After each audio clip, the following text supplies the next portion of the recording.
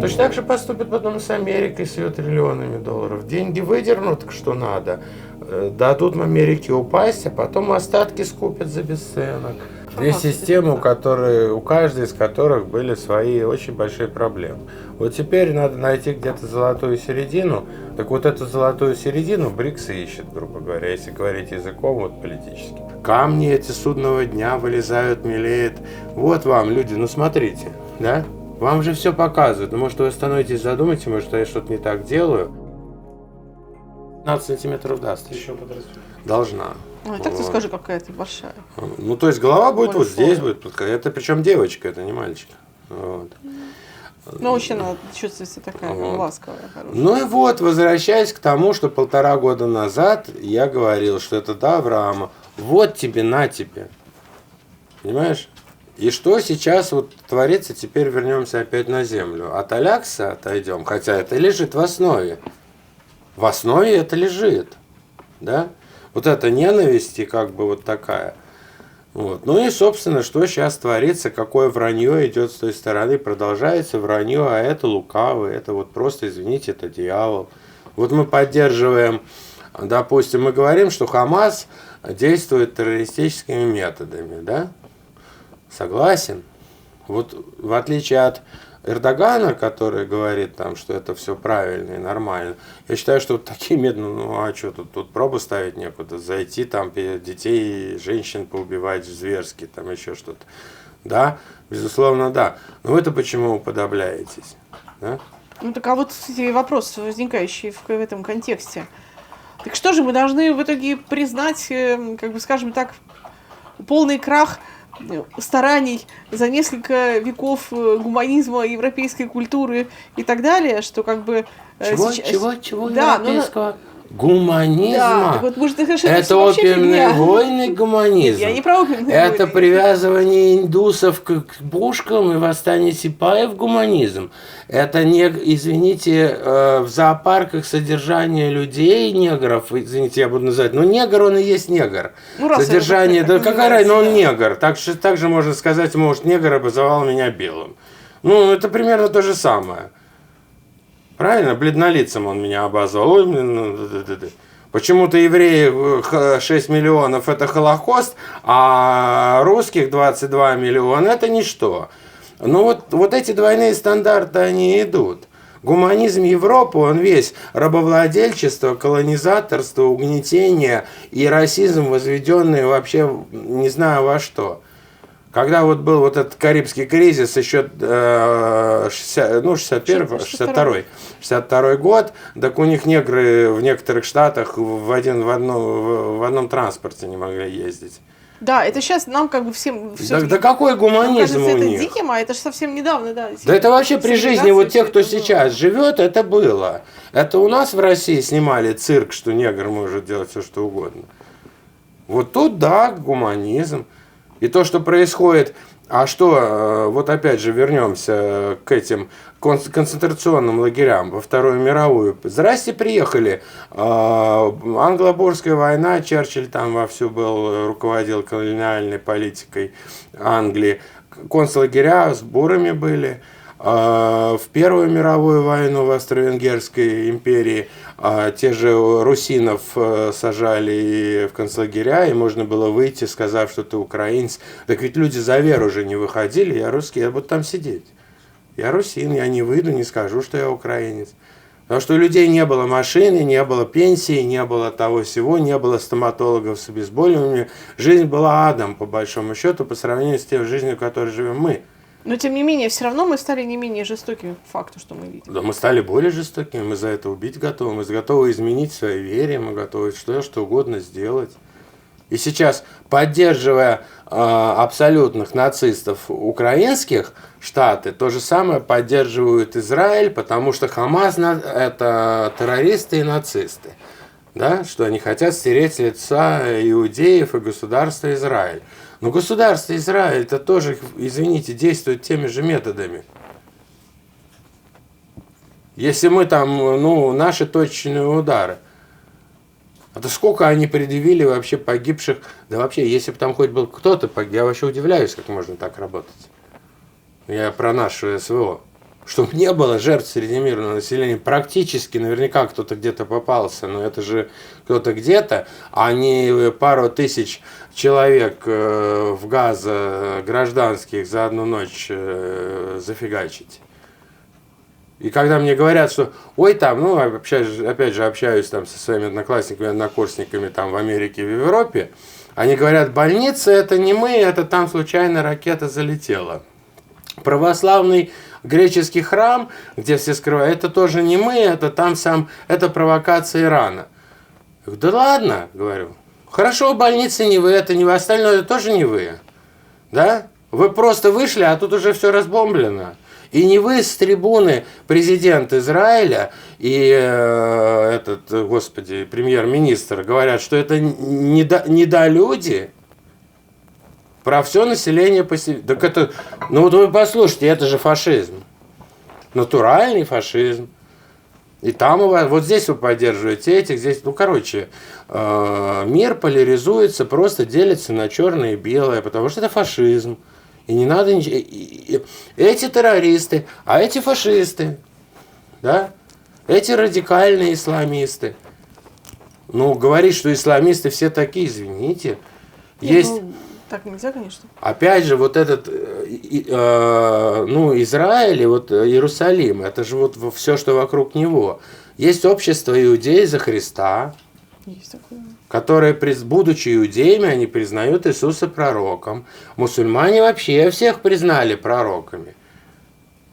Это только иудеи как бы считают Бог один, остальных они как бы вот, причем в грубой форме иногда. То есть как они там могут плюнуть там на православных или на мусульман, просто идут ортодоксы. Ну а зачем? Нет, ну на самом деле это же известный факт, что каждое воскресенье в каждой синагоге, в, скажем так, том богослужении, которое там совершается, наряду с разными другими текстами произносится проклятие в адрес всех христиан. Да. Каждое воскресенье. Ну дело не только... А потом еще мы богоизбранная нация. Вот не только я, да, многие мои знакомые, кто вот там, ну в основном эти знакомые близкие к Иерусалиму, там мы так общаемся. Вот когда вот такое возникает, мы говорим, а на что вы избраны? На плаху? Вот ваше вот это заявление «Я богоизбранная нация» это вообще гордыня, возведенная вообще не знаю в какой... То есть еврей там какой-то христианский, он же не скажет, что он богоизбранная нация. А вы вот это возводите. Я не к тому, что я, кстати, ни в коем случае не говорю, что вы не правы. Да? Вот упаси Господь. Да? Я просто ставлю под сомнение, а как так? А все остальные кто? И вот они сейчас ведут себя именно с этой позиции, вот именно так, что нам можно все. А почему они так себя ведут? Потому что маленькое государство, окруженное действительно враждебными.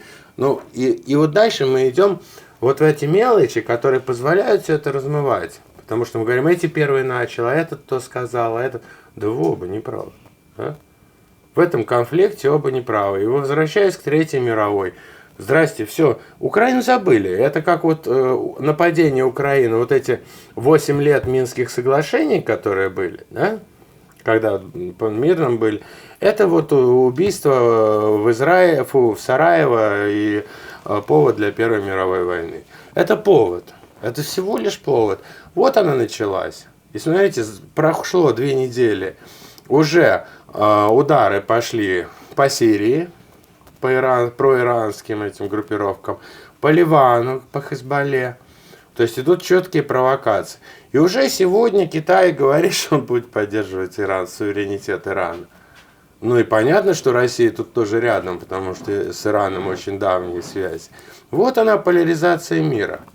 И только что вот прошел БРИКС, вот, кстати, вот как прошло это лето, если лето 22-го можно было ловить вот такие симптомы тонкие, вот которые, ну, как ты говоришь, не замечаются, да, там, допустим, шайтаны, там, еще кто-то где-то что-то сказал, этот деятель политический сказал, то после БРИКСа сколько заявлений, а кто принят? Мусульмане. Все там, Саудовская Аравия, Эмираты. Вот они все там. Сейчас один пояс, один путь прошло, вот где как раз это обсуждается. 152 страны. Так эти 152 там не просто так сидели. Вот Африка, Россия, так вот Чернороссии быть, пожалуйста, приехали и начали. То есть, когда сходятся люди, они чувствуют и поддержку, и божественную поддержку в том числе. Каждый по-своему. И когда вот правильно сажает ВВ там муфтиев православных, иудеев наших, да, и они сидят рядом, вот это, наверное, вот религиям, как люди, знаешь, вот есть позиция осуждамс. Вернемся к обычным людям. Это на кого-то обидеться, сказать, что он не такой, что он то плохо делает. А почему ты не ищешь, в чем он хороший? Понимаешь? А то, что плохое, ну, можно отстать, а можно не замечать. А можно просто, ну, не хочешь общаться, ну, не общайся, но он же, вот мы же говорим, что любовь, правильно? Кроме правды и истины, есть любовь. Есть вера, которая в эзотерике, я считаю, что вот там 13 послание апостолу Коринфянам, да, там же, ну, надежда тут странно как-то, но истина там фигурирует, вера там фигурирует, но если мы говорим о том, что я обладаю верой, что могу и горы переставлять, это же не вера, это уже знание, правильно? То есть получается, что знание, истина, да, ну и высшее божество, которое нам никогда не понять. Своими мозгами, которые 5% используют даже того, что им дано. Да? Вот. Почему не обратить внимание, что любовь из них главнее? И вот любовь-то, вот в чем там? Любовь не к тому, кто тебе нравится, а любовь к тому, кто тебе не нравится. А вот это уже очень сложная категория. Потому что до смешного, но получается, что нужно испытывать любовь, да, и к Хамасу, и к иудеям, понимая, что вот это оно не богоугодное, но конкретно к персоналиям, ко всем, ты можешь испытывать только любовь. Вот если до такого хотя бы теоретически себе допускаешь в мозгу вот такое понимание, да, ты, может быть, где-то близок к вере, может, и где-то близок к эзотерике. И все, опять же, все одинаковые. Вот и когда религии найдут между собой общее, на этом общем сойдутся и просто, наконец, признают, что просто православным удобнее вот так поститься. У них такие праздники. А мусульманам вот так, а иудеям шаббат.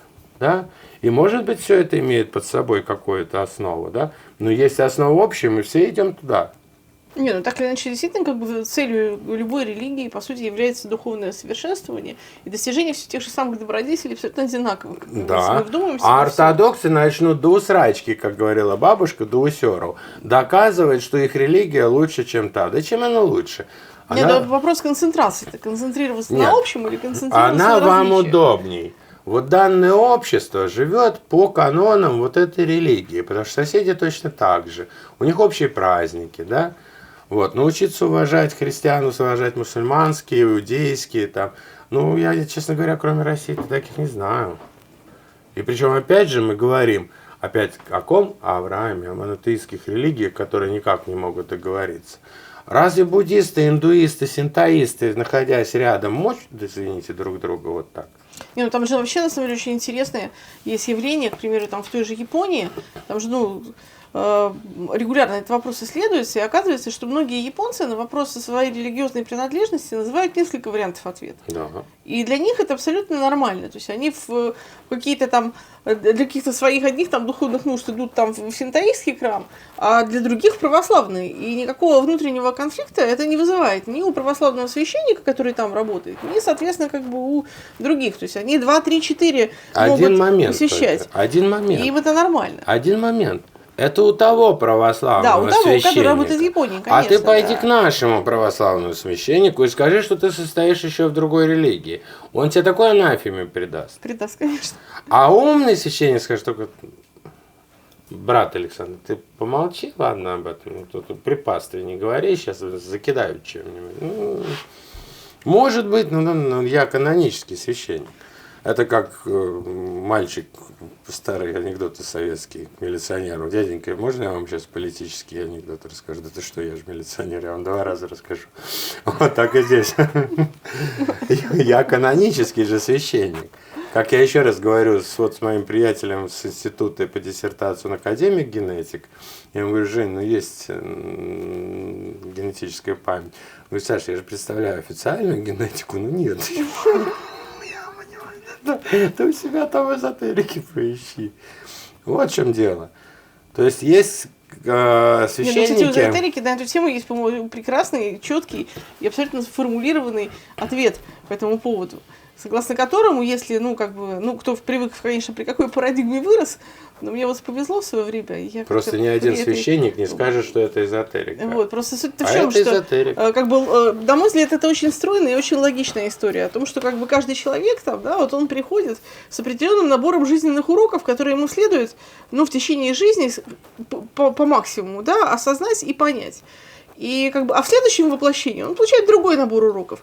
И мы не помним, что с нами было в прошлой жизни, разумеется. Там есть какие-то, говорят, аномалии, когда кто-то помнит. Но в большинстве случаев мы не помним. Осознанная реинкарнация, Да, но наша интуиция, которая уберегает нас от каких-то вещей, наша, то, что можно назвать генетической памятью, но, по сути, скорее всего, это, наверное, некая память души, которая вне сознания, но, тем не менее, мы не делаем там определенные ошибки, которые уже сделали раньше. Что мы не понимаем, почему. Мы просто этого уже не делаем. Беда в том, что делаем. Вот. Но для этого, допустим, есть та же нумерология, я имею в виду в данном случае тарология, да, где можно посчитать и понять, что у тебя в прошлом, что выпадает с минусом, с плюсом, какие знаки по рождению. И ты видишь, что у тебя, допустим, там 6 в прошлом со знаком минус. Значит, где-то сделан неправильный выбор. Да? То есть, а в этой жизни у тебя 3 шестерки стоят. Да? И вот тебе эти 3 шестерки надо пройти. Если ты где-то опять лоханешься, то опять по новой бродишься по теми же цифрами. Системы там, видимо, каких-то подсказок, которые кто-то может понять. Да дело в том, Саш, что вот пойти против по лукавому пути, оно проще, легче и безболезненней. Понимаешь? И в принципе, я не считаю, вот говорят там сатанизм, там еще сатанизм в том виде, в котором он подается, да, это не то. А вот в принципе, как говорится, князь мира сего, да, так он провоцирует, вот адвокат дьявола, да. Это мой любимый грех, тщеславие, да. А как он в святую воду, вот, он провоцирует, понимаешь. И это его задача, я бы сказал так, не знаю, во что они играют, шахматы, в го. Так мир устроен, там инь-янь, черное, белое, добро, зло, то есть постоянно ты делаешь выбор каждую секунду своего существования. Туда ты инь-янь это вообще красота. Вот сейчас я тебе скажу, знаешь, какую вещь? Когда разберутся с пидорасами, знаешь, с кем будут разбираться? С кем? С феминистками. Это еще более лукавая ерунда, еще более жесткая. Это лежит на поверхности. А вот о таком даже в Библии никто не мог задуматься, что женщину с мужчиной поставят на одну доску. Это издевательство над женщиной, издевательство над мужчиной. На Нагорной проповеди, говорят, там было сколько-то тысяч человек. Так это без учета женщин и детей. Говорят, за людей не считали. Да нет, просто тот, кто может принять окончательное решение, да, тех было столько. Женщина, которая лишена права принятия окончательного решения, будет еще жестче следить за своим мужиком, чтобы тот правильно принял. А если ей дать расслабиться, вот она тебе все красками разрисует. И посмотрим на инь-ян. Цвет разный? Разный. Как 2 клеточки, 2 головастика, каждый со своей цитоплазмой. Да? Лежат валетом. То есть совершенно разный взгляд на мир. И вот когда они действительно вот эти инь-ян вместе, вот тогда один с одной стороны смотрит, другой с другой. И тогда они видят цельную картинку. А каждый поодиночке, он видит половинку. Вот тебе весь инь-ян. И это и нельзя говорить, нельзя женщину красить там чистую сатану, да, и брить ее, ортодоксальный еврей. Женщина бреется на лысо, в волосах дьявол, и через простыночку, пожалуйста, там, соитие через простыночку. Вот. Хотят, значит хотят. Правильно? В этом плане, конечно, мусульмане, я считаю, красавцы, всех приняли пророки, да? И, в общем-то, они правы. Почему они могут сказать, что это не пророк? Да вот такое было, да. Так давайте лучше, давайте лучше посмотрим, он пророк, и посмотрим, чем он был интересен, да. Чем мы скажем, это не тот, это не тот, это не тот.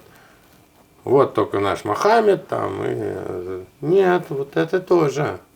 А если ты, дурак, не знаешь, что у меня царь Давид это пророк, то я тебя в стену замурую, чтобы другим живым, чтобы поколениям было известно, что в исламе есть пророк такой. Есть Дауд, это Давид. Какого черта он не в границах Иерусалима, который я захватил? Вот в чем дело. Поэтому вот насчет чего все это идет. В конечном итоге, смотри, что с природой творится. Какие наводнения в пустынях там с многотысячными жертвами. Да? Какие катаклизмы. Камни эти судного дня вылезают, мелеют. Вот вам, люди, ну смотрите. Да? Вам же все показывают. Ну, может, вы остановитесь, задумайте, может, я что-то не так делаю.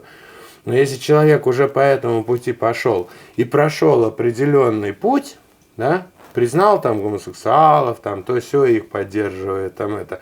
А вот трудно ему дать назад. Ему нужно признать, что он не прав. Нужно же извиниться. А это умеют не все. Перед собой, перед всеми дать назад. Причем, когда вы как пелена спадет, что я творю. Да? А это очень сложно. Мозг не даст. Понимаешь? Как врач говорю, защиту выстроит. И поэтому украинцы Черное море выкопали, да? И Геркулес был хохлом, вот. И так далее, и так далее. Вот тебе, пожалуйста, ну клинический случай, правильно? Хотя, если так подумать, знаешь, каждый раз скажешь, что клинический случай, а потом думаешь, не судите, да, ты посмотришь с одной стороны, со второй, с десятой, думаешь, не, клинический. Так что как-то вот так. Поэтому ничего не остановится. Ну и, собственно, в этом плане я полностью, чтобы не говорить там про путинский, да нет, какой я про путинский. Я многих, извините, в Питере знал, как раз даже соратников Владимира Владимировича, но его нет, поэтому, но, правда, грядка одна, принцип поведения. Вот, но правильно же поступает, и правильно, что он сказал когда-то там, вот, ну а что, если это случится, то мы попадем в рай, а они просто сдохнут. А ведь он прав. Но мы же не делаем ничего. Безусловно, косячат. И особенно, кстати, на самом деле ему не позавидуешь, потому что сложно все это у него. Это у нас просто взял там, в конце концов, в монахи ушел и как-то отмолился. Ему-то такой вариант нет, и многим. Все-таки силовики, они скорее к пятиконечной-то звезде относятся. Вот. Ну, это вообще очень жесткий эгрегор. Мы как раз сейчас ехали как раз к тебе и так тоже как бы беседовали на эту тему. Мы говорим о том, что вот, ну, как бы, да, религии это там разные дорожки на все к тому же самому. Вот, но тем не менее, почему-то разные маршруты, скалолазные, туристические, к одному и тому же пику. К одному и тому же пику. То есть, по сути, все равно как бы мы идем по пути преодоления собственных, скажем так, несовершенств и осознания для начала, потому что если ты не осознаешь, то ты как бы, ну, не делаешь, смысла нет никакого. Вот, а как бы... Понимаешь, есть еще одно. Есть вот такое глубокое внутреннее чувство, я не знаю, сталкиваешься ты с ним или нет. Это сейчас ты в какой-то осознанке, в возрасте находишься. А вот по молодости, когда тебя несет, у тебя гормоны играют, вот есть такое внутреннее чувство, не хочу. Вот не могу этого сделать, не хочу. Ты еще не можешь, это сейчас ты можешь объяснить, потому не хочу, потому и потому, что я здесь нарушаю очень много, да? Вот. А вот тогда очень трудно, потому что гораздо проще поступить вот так и все получить. Но ты почему-то не хочешь этого делать. Это вот прислушивание, вот слушать себя, вот свою душу. Я еще раз говорю, что у души есть просто подключенные, лом подпоясанные люди работают, живут и живут, копают и копают. А есть души, которые вот, у них там другие цифры нумерологические, они вот во всем копаются, вот они как луковицы такие сидят внутри. Вот они дают сигналы. И вот к ним прислушаться. Понимаешь? Видишь, вообще я считаю, что свобода – это наконец понять то, что ты сам хочешь. Именно ты хочешь, они тебе навязали. Что часто очень как бы мы живем в плену каких-то представлений. Я о другом говорю. Вот ты и часто, не слышим ты себя. часто вот это хочешь, И живем а исходя из сознания. тебя что-то останавливает. Вот ты можешь вот сейчас протянуть и это взять. И тебе очень это хочется взять. А тебя что-то внутри... Не надо. И ты даже не понимая иногда почему. Вот тоже в семье говорили, а там очень сложно по семье так посмотреть, как там все развивалось и как они мне давали вот эти... Ребенку же не скажешь, что мы вообще-то вот так смотрим на мир, да? А говорили как? Нет слова не могу, есть слово не хочу. И если чего-то не хочешь, то еще серьезно должен задуматься, почему. Мне тогда это было непонятно. Так же, как и говорили там, Бог это правда, и вранье в семье выжигается каленым железом. Тоже, ну, да, логично, правильно, да. Но только сейчас понимаю, что это действительно, а это так и есть. Да? Что нужно себе признаться в том, и вот спустя год начинаешь копаться, а вот здесь ты поступил не так. И видишь, что когда-то ты вот в этом себе признаешься, может, и кому-то окружающим признаешься, что это было не так. Вот к тебе что-то приходит, в тебя что-то входит. Вот эти косячки ты убирай. Свои. Что мы все такие... У кого-то останавливает, кто-то, ну, короче, вот так. И очень жесткие люди, которым вот я уважаю за то, что у них свои принципы, они, ну, как бы масть-то другой. Вот, все-таки я переговорщиком был там и прочим там. И с другой стороны люди. И вот когда там, говоришь, я там еду на благодатный огонь в 3-й раз, вот, и, ну, меня в храм внутрь проведут, и как постоишь в кувикле там, это. Нет, я не готов. Знаешь? То есть человек так задумывается. Они больше думают о вечном, чем вот обыватели, которые вот так легко там это. Те же евреи ортодоксальные, у них вечный спор с государством Израиль. У нас родились праведники, они готовы молиться, нам нужно больше финансирования. Ответ, как всегда, вы знаете, вас было столько, вас было 50, потом 500, потом у вас кварталы свои, автобусы, там сколько можно. А что вы взяли, что такого количества праведников, которые молятся, хватит из Иерусалима, чтобы сера не пролилась? Да? Хорошо, эти пойдут работать. А может, они родились потому, чтобы спасти Израиль, в который вы натащили китайских евреев, и африканских, и таких евреев. Понимаешь? Может, такое количество нужно, они для того и родились. Вот поставьте свою подпись, что вы не будете финансировать. Так ведь никто же не поставит. А у нас-то любой поставит. Все верующие поставят. А вот там, несмотря... Нет, он не поставит свою подпись. Если есть хоть 1 миллионная процента миллионная, что это так, ну зачем он будет так рисковать? Жизнь, она все равно быстро закончится, да? Болезнь, передающаяся половым путем и заканчивающаяся летальным исходом, как говорили у нас в семье, дерматовенерологи, да? А там-то зачем? Вот это уже подход, там другая степень. А у нас все верят, а запросто поставят свою подпись, понимаешь? Поэтому то, что я хожу, там, я там канун, я пощусь, я там, я стою на службу. Сколько их стоит на службу, потом выходят и творят такое, что вообще. Так что, ну, сложно это очень. Вот. И единственное, что меня радует во всем этом, с начала вот СВО и того, что сейчас творится, что наконец появилось, как говорится, давайте разберемся, да? Стоп, а давайте вообще разберемся, что тут творится. Правильно? То есть сейчас появился шанс разобраться, найти общее, да?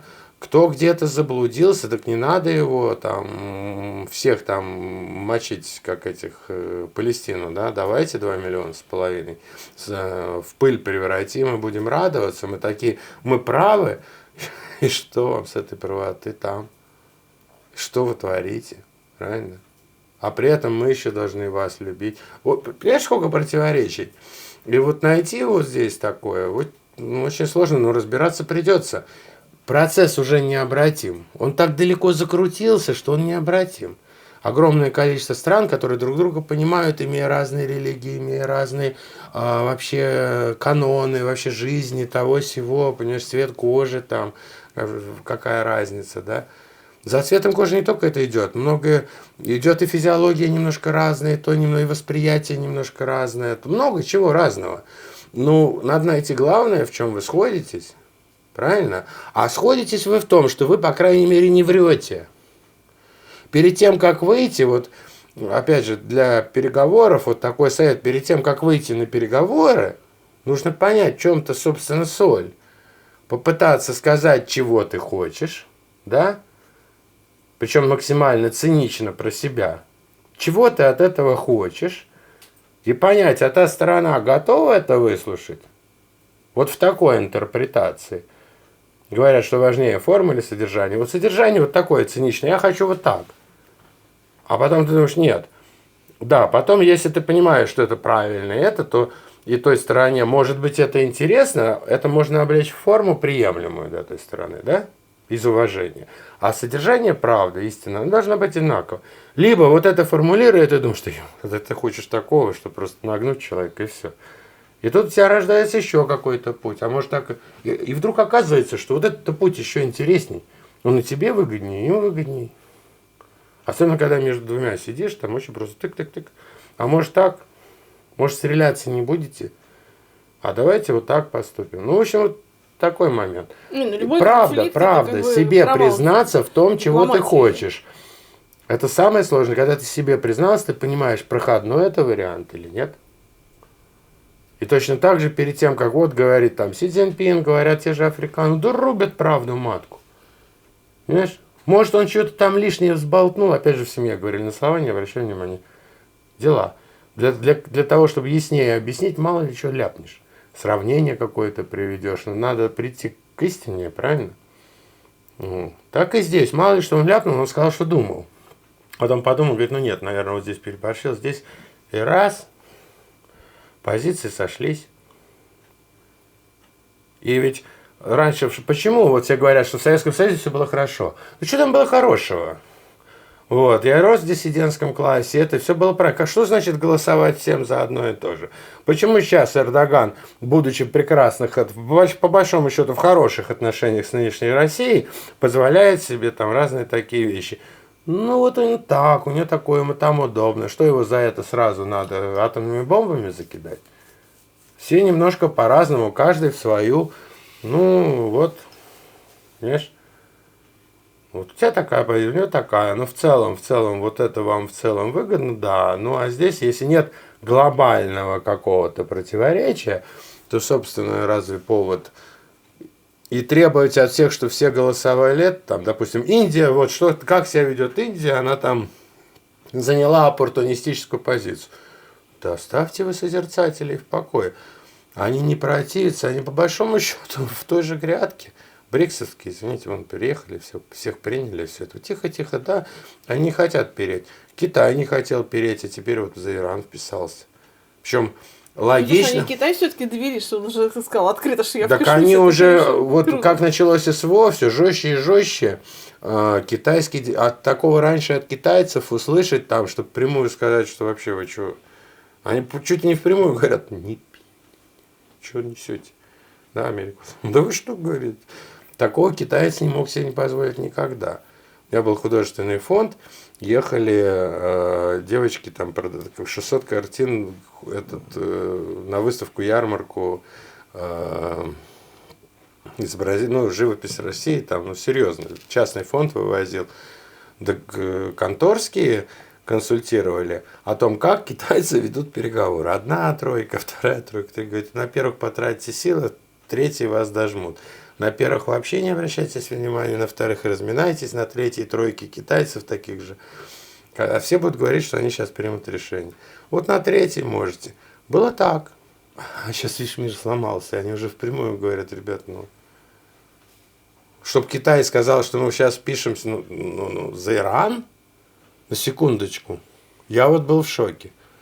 Ну ладно бы за кого-то там, ну за Иран... И это ведь надо, вот знаете, это же не чисто финансовые интересы. У Китая они разбросаны по всему миру. Я бы сказал так, они здесь Россию подстраховывают, с моей точки зрения. Китай подстраховал Россию, потому что иначе пришлось бы вписаться России за Иран. Это же ближе, к Ирану, это Россия. Недавно лидеры встречались же с Китаем. Наверное, они обсудили. Конечно. То есть я считаю, что это называется рокировка. Вот то, что сейчас Китай сделал, это рокировка. Он встал за Россию, чтобы России не пришлось биться там еще и там. А то скажут, везде Россия, видите. Там они с Украиной, а здесь они против Израиля. Это же вот гость зла. А тут Китай говорит, мы впишемся. У нас там что Китаю, там, подумаешь, потеряли они там сколько-то сотен миллиардов. Барабаны по деньгам. А вот для общего дела, согласись, сколько у Китая разбросано инвестиций по миру. Чем Иран тут срался, извините за грубость. Вот так вписываться на уровне, извините, 1,5 миллиардного Китая. Нет, рокировочка, шахматы. Потому что Россия не может, Китай может, он еще ни за кого не вписался.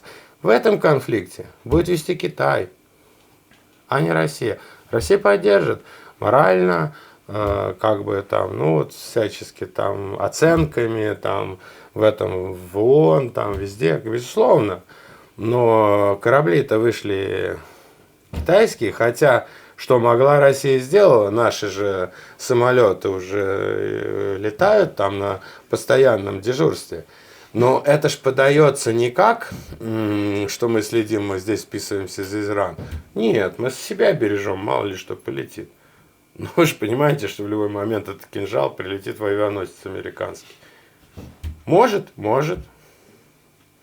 Но мы нет, как говорится, мы не против. Да что вы, мы не против. Это просто двигатели греем. Чтобы не застаивались. А то заржавеют же. Если они в наглую врут, и мы, соответственно, стебемся, да, извините. Красиво, но уже весь, понимаешь, вот когда в 22-м вот все это продавливалось, даже когда наше руководство, ВВ говорил, он всегда чувствовал, что он что-то и когда ты о ситуации говорил, то есть чувствовал, что надо энергетически что-то побороть, да, чтобы стоит. А сейчас очень легко, потому что критическая масса людей, согласных с этих позиций, это Южная Америка, это Африка, это все, кроме Запада, она есть, и энергетически она есть, и конфессии огромные есть, да, которые за все это молятся одинаково, и легче стало говорить. Легче воспринимается людьми. Скажи это 3 года назад, вот такое сейчас я проговорил. А Жирика сказал в бане в 98 году. Все это проговорил, и так просто. Причем он же не сказал, я там вижу. Аналитически. Ребята, куда? А к нему подошел, с ним должны были интервью делать. После этого, и говорят, Владимир Вольфович, вы так хорошо говорите, спокойно, вы могли бы нам наши передачи, 5 вопросов к Руслану, я там делал, Царство Небесное, значит, и тоже в таком же стиле дать интервью. Он говорит, конечно могу. Камеру или однозначно. Все, сценический образ у человека. А так разложил, он говорит, что вы хотите? В 1956 году без поражения в правах выпускают садистов, нацистов, фашистов. Предатели Родины. И они откровенно заявляют, и вот вам там есть документы, хотите, поройтесь, где они откровенно говорят, что все, бандеровцы теперь не будут прятаться в лесу по землянкам, а будут лезть во власть, в образование, в крупное руководство. Вот они все и пришли. Это неизбежно. И ты понимаешь, да. А что это было? Да. Мы тогда даже не знали. Нам в школе этого не давали. И вот это тоже было плохо в Советском Союзе. Поэтому Советский Союз тоже был большой ложью. Да, и поэтому он и рассыпался. И не надо говорить, что было так. Все заодно голосуем, все одного мнения. Да? Мое мнение, как экономиста по поводу Советского Союза. Хотя хорошего там было очень много. Да, с точки зрения социальной политики, да, это все классно. Но с точки зрения реальности этого эксперимента, на самом деле, она была очень такая себе. Потому что когда считали обыкновенные, самые, что есть, банальные макроэкономические показатели, доходы населения, взяли все зарплаты, и получилась какая-то величина. А потом взяли расходы. То есть, сколько это население потратило денег. И оказалось, что не бьется от 40 до 60%. А это о чем говорит? О том, что рыночную экономику не убьешь. Что все равно, то есть им они условно 100 рублей получили официально, а потратили 160. А где они взяли 60? Ну, короче, вот были две Социализм системы. не работал как Две формация. системы, у каждой из которых были свои очень большие проблемы. Вот теперь надо найти где-то золотую середину. Так вот эту золотую середину БРИКС ищет, грубо говоря, если говорить языком вот политическим. Вот страны БРИКС ищут эту золотую середину. Как разные системы, найти между ними общее, на что опереться, как говорил Архимед. Дайте мне точку опоры, я переверну землю. Они ищут точку опоры, чтобы вот что-то было незыблемое. Мы все разные, но что-то у нас одно. Самое главное, вот если мы вот в этих линиях, если мы будем своих детей разрешать им менять пол, то извините, ну... Я только хотела сказать, а что самое главное? Семья? Семья. Это то, что всем понятно. А в семье тоже женщина. Я считаю, что, говорят, любовь придумали русские, чтобы не платить женщинам. А я считаю, что слово любовь придумали женщины, чтобы не париться об отмазках, когда творят беспредел. Я тебе сейчас дам сковородкой по башке, но это же из любви. То есть, если нет довода, то всегда я ж тебя люблю, ну вот я такая. Сначала я на тебя полезу, да, как, ну смешно, там в тебе там 100 рабочего веса, от какой-то 50-килограммовый что-то прыгает, что-то тебе... И лезет, главное, в рукопашку же, ёшкин кот, да, просто. Ну, если хочешь в рукопашку, ну давай. Ну, я просто, тебя сейчас, я боюсь прибить.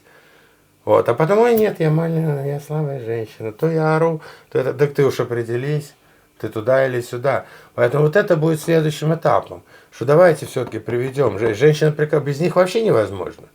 Мужской мир черно-белый, да, нет.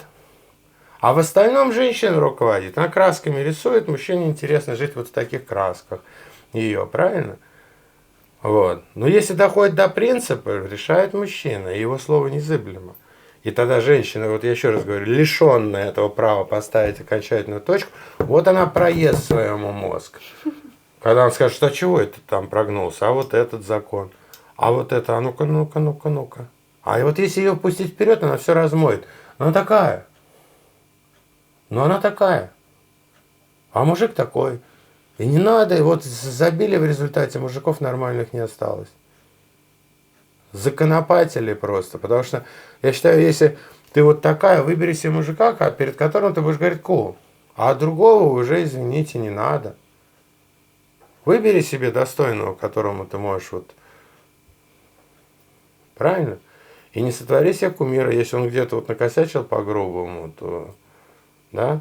То уже история. Ну тогда тихо взяла, да, и пошла оттуда. Ну, в общем, короче, следующим этапом, вот, помяни мое слово, я, может, не доживу. Вот. Да ладно. Но это будет. А скорее всего, я не знаю, даже кто-то из нас точно доживет. То есть до этого не 100 лет пройдет, до этого пройдут, ну, десяток лет, когда об этом очень серьезно заговорят. Сначала разберутся с тем, что ну, вот на поверхности лежит. Потому что вот в этом, ты говоришь, кто на гей-парадах, в том числе и мужики, забитые бабами. Понимаешь, не находящими себе, потому что женщина газ, который занимает весь предоставленный объем. И если занимает весь объем, превращается в пену для монтажную, где мужику уже дышать невозможно. А вот после того, как она его вот так вот захватит, она вытрет об него ноги и дальше пойдет. Потому что ей нужен мужик, который ее построит. И внутри, да, а другого вот она шик-шик. И вот из таких мужиков, в том числе и гей-парады состоят. Они говорят впрямую, они говорят, мне проще с мужчиной, чем с женщиной. Понимаешь? Потому что не понимают, почему это вот существо, которое он может прибить одним ударом, еще что-то там это. А в случае чего все будут на ее стороне, потому что она бедная и несчастная. Ну, короче, здесь тоже такой перекос. И главное, что он гораздо глубже, его не так видно, как видно вот этих геев. Они на виду, и то не видят, и то еще поддерживают. Байден, сначала он говорит, во-первых, он говорит, что саудиты, эти, как его, изгои, какими они, он сделает изгоями, какими они и являются за их убийство журналиста Хашогги, да. Вот. Потом он говорит, что у него в администрации больше этих секс-меньшинств, чем во всех администрациях раньше, которые были. А потом этот, извините, самоходный дед, правильно его называют, он едет в Арабские Эмираты договариваться о чем-то с мусульманами. Он их назвал изгоями. Он предоставляет то, что им абсолютно чуждо. Он хочет с ними договориться, при том, что уже страны договорились, что они вот чем больше этого не терпят. Нет. Это вопрос религиозный. Он не пройдет, он никакими деньгами не пройдет. Понимаешь, о чем я говорю? Здесь все закусились, нашли общее. И на сегодняшний день, когда я сказал, что это война с пидорасами, все вот тогда, и ты же помнишь, так, так вот она, вот на этом страны сошлись, а теперь они еще больше общего находят. Понимаешь? А на этом они точно сошлись. Потому что это как пена. И если она проникнет в какую-то страну, ну, его пустят, ну, все. Хана там, какой там домострой? Православию хана, исламу хана, иудаизму тому же. Вообще, страшно подумать, побрить женщину и через простынку. Ну, вы что? Всем хана. Поэтому вот еще такая, главное, что процесс, знаешь, как ком катится с горы, да, его не остановить. Все. Это бесполезно, ничто его не остановит. Нужно просто понимать его движение, почему, как, зачем и что он сметет на своем пути. И все это считается, что он сметет на своем пути. И поэтому, как Америка поступила с Европой, как Паниковский вас продаст и купит, а потом еще раз продаст, но уже дороже, с своим правом Маршалла, защита от СССР, вот они сейчас это сделают. Точно так же поступят потом с Америкой, с ее триллионами долларов. Деньги выдернут, что надо, дадут Америке упасть, а потом остатки скупят за бесценок. Ну, неизбежно это. Просто я еще раз говорю, они не хотят сегодня тонуть. И они правы, у них есть население, да? Они сами, их семьи.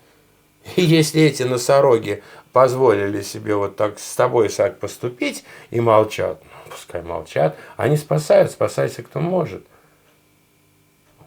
А то, что это катится туда 100%, лишь бы вот, я надеюсь, что есть договоренность, но я думаю, она не может не быть, с закулисными государствами там, ну, как они называют, теневое государство или как? Как это называется в Штатах? Бильдербергский клуб. Ну, это часть, я имею в виду, как вот хорошее название. Глубинное. Глубинное государство. Вот это глубинное государство давно все понимает. И у этого глубинного государства с нашими, извините, структурами, с китайскими совсем есть связь. И поэтому, безусловно, понимаешь, и они понимают, что наши понимают, что те не могут по-другому поступить. Вот я понимаю, что а что им еще делать? Им поставить вот такого, как Байден, потом все на него свалить. Правильно? Эти пресс-секретари, которые я стебался, извините, в Прозе.ру, там у меня был раздел «Писаки против Псаки», но эта-то красотка, она 3 Псаки стоит, потому что здравомыслящий человек такую херню нести не будет, уважающий себя. Все говорят, почему такая деградация этого? Да потому что здравомыслящий человек туда не пойдет. Поэтому и деградация. Ну и все, где деградация, вот, пожалуйста, там все же прописано в Библии тоже. Вот те пороки, там вот те, то все, смерть. Поэтому это абсолютно религиозная разборка. Как была 1,5 года назад, когда мы разговаривали, такое осталось. Просто сейчас это виднее. А через полгода это будет вообще любому школьнику очевидно. И все забудут, почему меня ребята говорили, это, Саша, ты зафиксируй-ка, как оно было, ведь все же забудут потом, как развивалось. Через несколько лет все скажут, что так и было, все заранее это знали. А вот как это сложно, извините, вот выкруживалось, какое стратегическое терпение нужно иметь было не только Путину, Си Цзиньпину, тому же этому, господи, Ганди, кто у нас там, простите, индусам, понимаешь? То есть сильным мира сего. И как сейчас, если бы вот сейчас вот эта компашка бриксовская не сдерживала бы арабские страны, да уже бы разбомбили Израиль. Но они все понимают, что права не имеют даже с религиозной точки зрения. Не только потому, что договорились. А потом и по логике вещей нужно довести ситуацию, как, извините, в тюрьме. Блатные все вещи очень простые. До черно-белого, да? Вот когда уже ясно, что это косяк, да? А до этого это все разговоры. Вот сейчас уже ясно, и ООН, и это, и будут и ждать, и ждать, и ждать. И как СВО, 8 лет терпели. Почему? Ну, с одной стороны, были не очень готовы, но тоже могли. Но надо же было показать, да? И даже когда уже показали, что 8 лет там аллея ангелов бомбят, там это лезут, вот, и все равно никому не делают вид, что не видят. А если бы не показали? Так что вот это вот такой момент очень тонкий, потому что есть еще общественное мнение, есть указ, вот это раз все перевернуть. И критическая масса сейчас нарастает людей внутри этих стран. Кстати, я говорю, что русский это не национальность.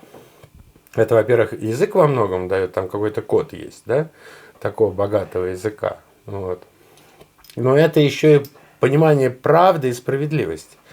И вот в этих странах, где вот сейчас бесчинствует либерастия, демократия, это непонятно и прочее, в них есть такие русские, которые сидят и думают, они будут круче, чем те, кто в СВО участвовал, которые там отсиделись, пережили, и когда их вот придавят всех остальных, эти вырастут. Вот я говорю, Берлинскую стену еще 50/50, что ее поставят обратно. Либо просто там, ну, у Германии есть выход. У них есть еще одна веточка, да? Ну, 4 же ветки было потоков. Одну не взорвали. Ну да, есть. Вот если сейчас вдруг придет кто-то и скажет, что, дорогая Россия, ну, блин, без попутал, блин, шольцевщина, ну, давайте-ка это, я из НАТО вышел или я не вышел, но я это, ну, включайте. Есть шанс. А еще можно ваш протекторат, а то меня сейчас тут сметут. Вот, и вашу охрану, чтобы в меня сейчас что-нибудь не прилетело, да? Понимаешь? Вот есть такой шанс. А чего боялись больше всего англосаксы? Что Россия с Германией сойдется. А Киссинджер больше всего боялся, что Россия с Пекином сойдется. Вот цена с Пекином получили уже Германию. Ну, русское гильдяйство и этот порядок, но с мозгами, пониманием вообще нормального течения событий. И давайте, вот мое, извините, простите, давайте без Бога избранных наций обойдемся. А?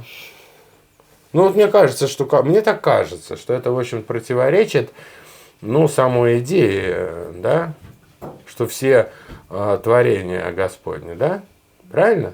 Богоизбранная нация, она как-то противоречит. Либо избранная, вот как сами же евреи. Это расизм. Ну, не прикрыто же. А все же говорят.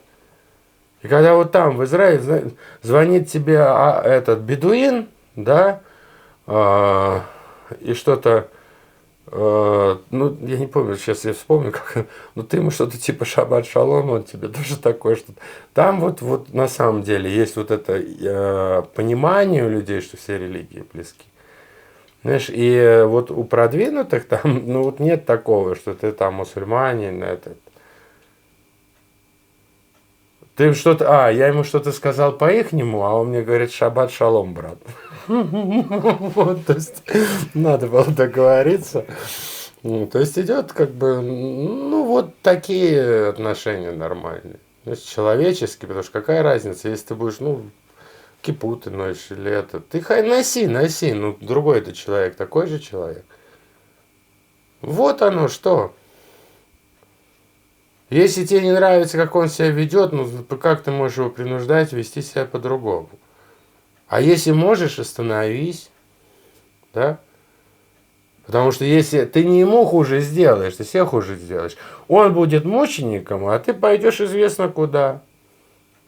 Правильно? После того, как ты это совершишь. И вот это самое сложное. Особенно, когда у тебя, как говорится, как у бодливой коровы, нет рогов. Да, это одно. А когда у тебя рога есть, вот их не применить, это очень сложно. И вот что сейчас считается, я считаю, происходит с государством Израиль, дали рога бодливой корове. Ну что вы творите? Тысячами людей кладете детей. Все уже, как бы. Хотя бы даже это, короче, варианты были. Понимаешь, раз эту блокаду и отфильтровать, а потом что вы творите? У них на 100 километров в Египет прорыты эти подземные ходы, метро их. Они-то уйдут. А потом зашибись, мы затопим туннели. 400 километров? Это откуда? Из этого, как его, Иордана? Слава больше, чем воды. Или озеро Кенерет спустите, чтобы у вас вообще воды нечего израильтянам было пить. Или в море насосы. Что вы ерунду говорите? А сейчас договорились, нервно-паралитический газ мы туда пустим. Вообще, что ли, шизанулись? Вот сейчас прямую, поэтому по телевидению они говорят, мы можем туда газ пустить. Где это укладывается? Короче, да, мир сошел с ума. Поэтому корейцы открыли свой суджок. Сказали давно, и сказали, мир сходит с ума, мы не можем ничего держать больше в тайне. Вот китайский 650 точек, вот наши 96. Все наоборот, но работает и то, и то. Вот и люди, знаете, владейте, потому что же это частность. Но они раньше сказали. Потому что люди высшая эзотерика – это религия. Знаешь, рядом с ними стоят, та же Каббала стоит рядом с иудаизмом, но она немножко постарше, насколько я так. Так что вот насчет, все, не остановиться. А где еще полыхнет, вот есть варианты, где вулканы сейчас заработают. Их много, но этот очень горячий. Это основной.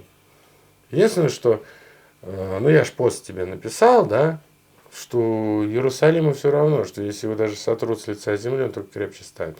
Сотрут его 4-й раз, отстроится другой. Будет другим, но сила в нем только прибавится.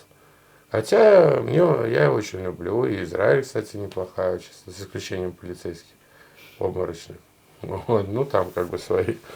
А так там очень много живет просветленных людей, понимающих, что религии близки. Там их много, на самом деле.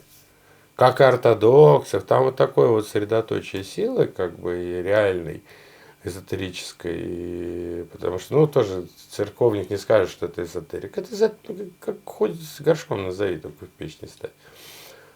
Каноническая церковь, вот твои каноны, как вот у тебя такое направление, а здесь вот такое направление, и все. Как-то так.